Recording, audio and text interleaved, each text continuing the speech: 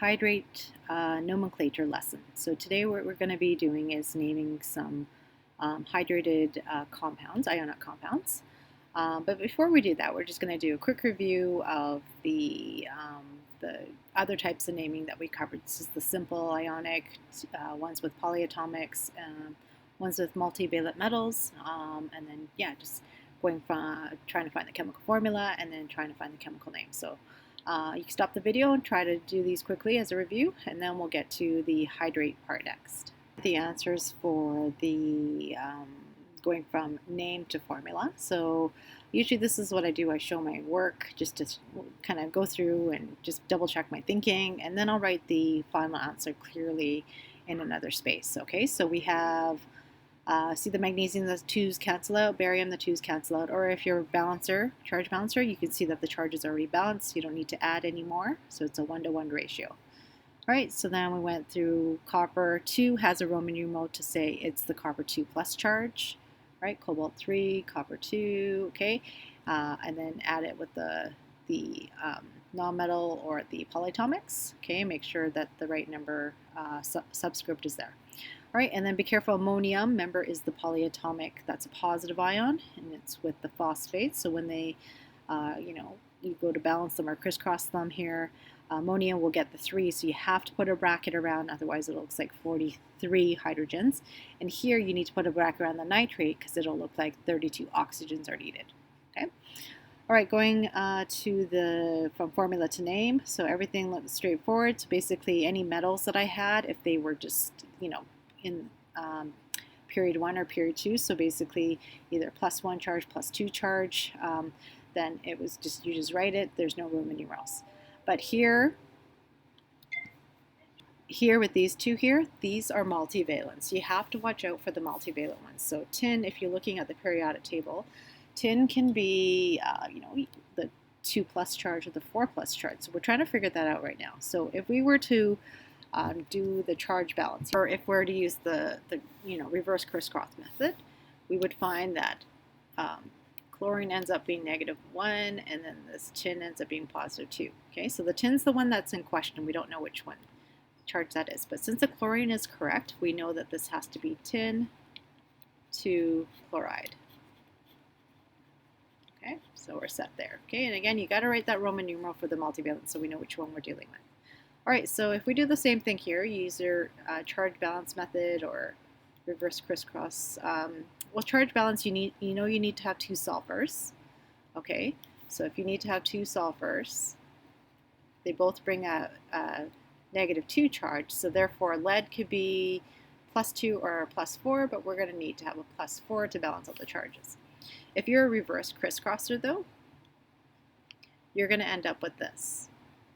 Okay, so the 1 on the lead goes up, the 2 on the sulfur goes up the other way, and then you're going to find this is incorrect. Sulfur is incorrect. It's always a -2 charge, so you got to correct it by multiplying a 2 to both of them like this. Okay, and then you're going to find, oh, it's a lead 4. So lead, Roman numerals IV, like that. Lead 4 sulfate. Okay, so yes, just watch out for those multivalents. Those are the trickiest ones. Now we're going to get to naming hydrates, but before we do that, I just want to show you quickly what hydrates are. So here are some examples visually, like copper sulfate. This is what copper sulfate is down here. So just look at this one first because you're used to seeing this one in labs. So this is copper 2 sulfate. Okay, so we've always called it copper 2 sulfate. So CuCO4, like that. Okay, so the one that you usually work with is maybe this one here, right? And then you would do a lab where you would maybe heat it, and then it would look like this, okay? So after heating. So basically what's happening here is that there was some water trapped in here with the left side, the blue side. And then once you heated it, the water kind of evaporated off, and then you're left with this. So this is considered to be the hydrated copper 2 sulfate. Okay, and this is the non-hydrated side, I guess. We call it that. But chemists like to use the word anhydrous. Okay, so hydrous, I guess, hydrous for like having water trapped in it, but anhydrous is the opposite, so there is no water. So we're going to be looking at naming things that are hydrated today, okay? So with that water in there, it's a nice bright blue color, okay? Here's another one, it's cobalt-2 chloride.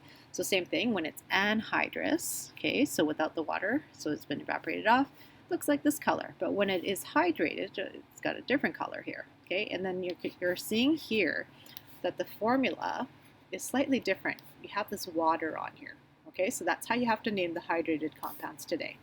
Okay, so what we're going to do here is we'll start off with naming the, going from the name, okay, the name to the formula. So in order to do that, here are some steps that you can follow. So you want to name the ionic compound formula first, write a dot, and then write the prefix value. So you're going to look at this table here for the prefix value, and then write the H2O formula, okay? So here's kind of a general step-by-step guide here. So you have the ionic formula, the dot, and then you got the prefix number, so the 7, and then H2O like that, okay? So let's try this first one here. So step 1, we're going to name the ionic compound formula here. So we're just going to deal with this part first. Okay, so the calcium chloride here. So if we get that using our practice from before, you get calcium chloride like that. Okay. All right.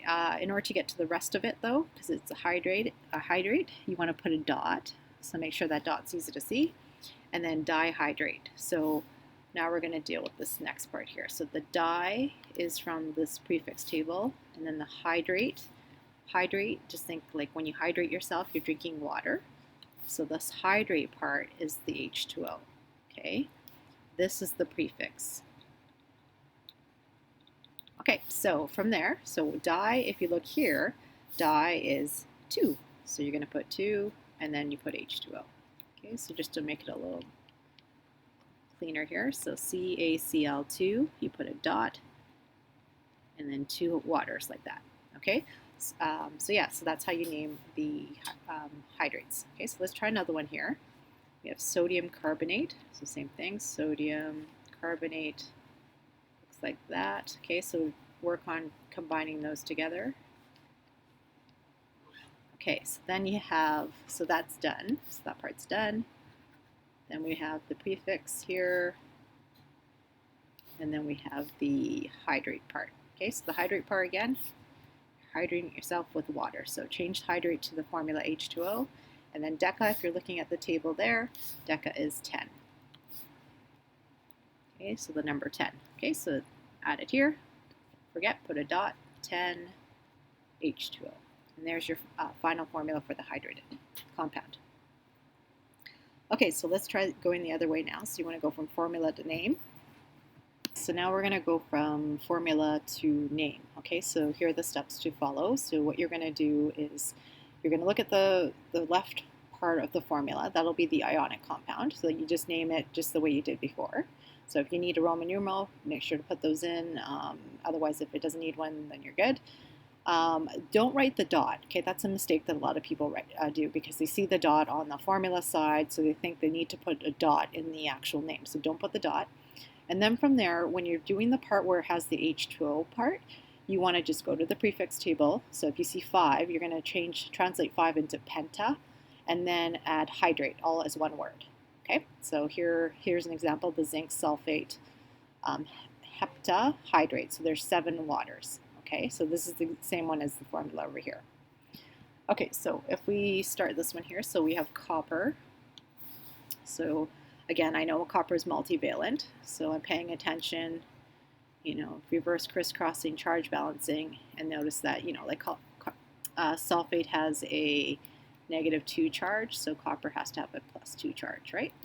Okay, so if I write that as a name, so you're going to go copper to sulfate. Okay, so there we go, sulfate.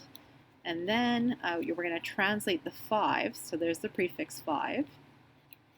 And that's going to be penta, like pentagon.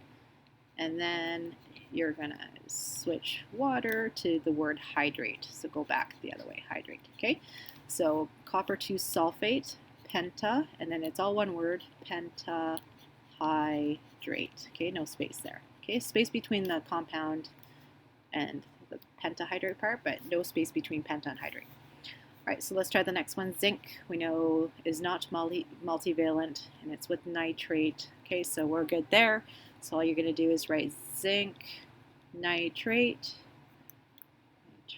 here, and then translate the 6 here to hexa, and then this is hydrate. The water changes to hydrate. Okay, so you're going to spell hexahydrate,